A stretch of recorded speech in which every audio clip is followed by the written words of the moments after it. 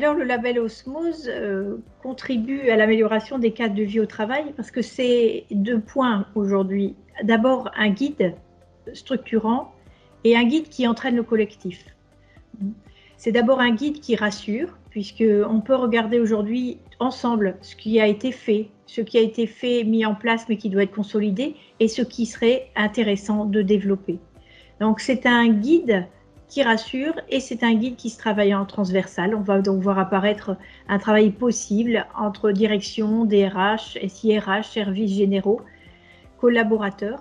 Et même aujourd'hui, à travers des ateliers 360 autour de ce guide, on va retrouver cette feuille de route possible qui peut s'échanger avec les managers, les partenaires sociaux, les collaborateurs. C'est une ambition partagée.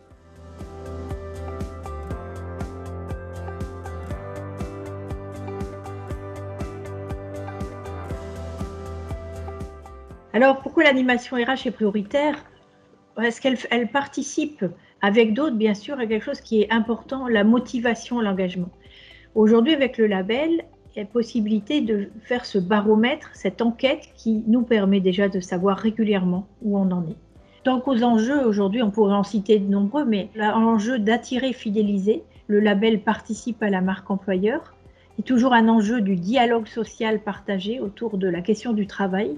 Et puis, bien sûr, une fracture numérique qui pourrait s'intensifier, puisque ces outils qu'on a utilisés plus fortement eh bien, resteront en place et se développeront encore de manière accélérée.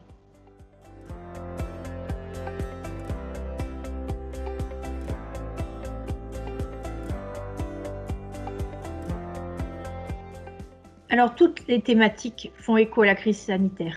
Et le label propose non seulement un esprit, des processus, mais aussi des boîtes à outils. On va retrouver dans le contenu du travail la question de l'entretien mensuel télétravail.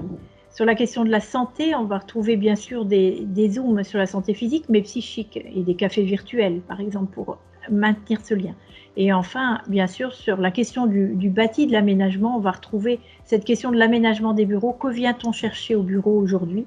Quand on vient chercher des lieux de convivialité, des salles de réunion qui permettent la créativité et le travail collectif.